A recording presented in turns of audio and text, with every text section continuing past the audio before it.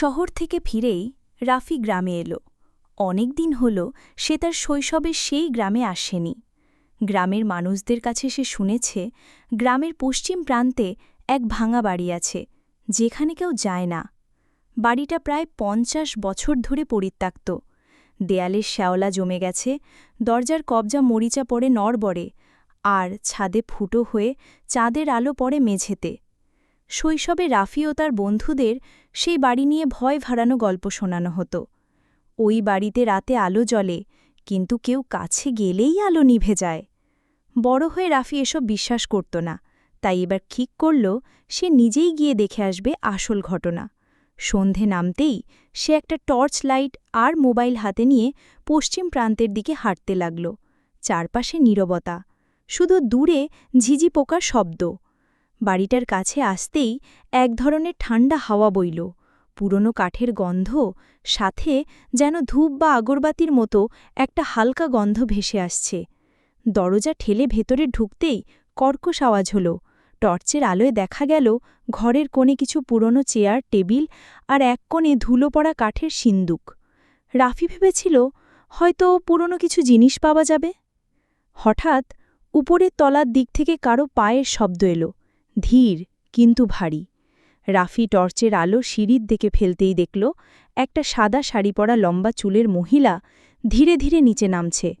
তার মুখে কোনো অভিব্যক্তি নেই, চোখ যেন শূন্যে তাকিয়ে। রাফির বুক ধরফর করতে লাগল, কিন্তু কৌতূহল তাকে দাঁড় করিয়ে রাখল। মহিলা এসে থামল তার কয়েক কদম দূরে, তারপর খুব ধীরে বলল, তুমি কি আমায় খুঁজে বের করতে এসেছ? রাফি অবাক হয়ে জিজ্ঞেস করল, আপনি কে? মহিলা হালকা হাসি দিয়ে বলল, আমার নাম জানলে তুমি আর ফিরতে পারবে না। ঠিক তখনই হঠাৎ ঘরের সব জানালা একসাথে বন্ধ হয়ে গেল, টর্চ নিভে গেল, আর ঘর ভরে গেল শীতল অন্ধকারে। রাফি অনুভব করল কেউ তার কাঁধে ঠান্ডা হাত রাখল, তারপর কান ঘেঁষে এক ফিসফিস শব্দ, ৫০ বছর আগে আমি এই ঘরেই মারা গেছি, আর তুমি হবে আমার পরের অতিথি। রাফি চিৎকার করতে যাচ্ছিল, ঠিক তখনই ঘরের কোণে থাকা সিন্দুকটা নিজে থেকেই খুলে গেল। ভিতরে পুরনো কিছু ছবি, আর প্রতিটা ছবিতেই ভিন্ন ভিন্ন মানুষের মুখ, যাদের চোখ একদম ফাঁকা, প্রাণহীন। সবচেয়ে ভয়ঙ্কর বিষয়, ছবির একেবারে ওপরেরটাই ছিল রাফির নিজের ছবি, আজকের দিনের পোশাক পরে তোলা।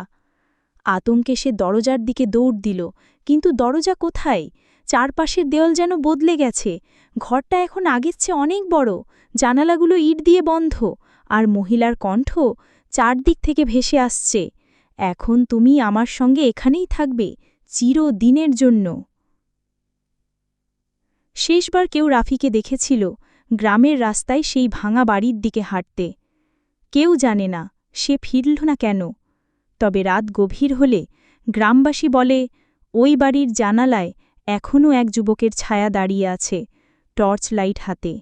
চিৎকার করার চেষ্টা করছে, কিন্তু কোনো শব্দ বের হয় না। নতুন নতুন গল্প শুনতে চ্যানেলটি সাবস্ক্রাইব করুন।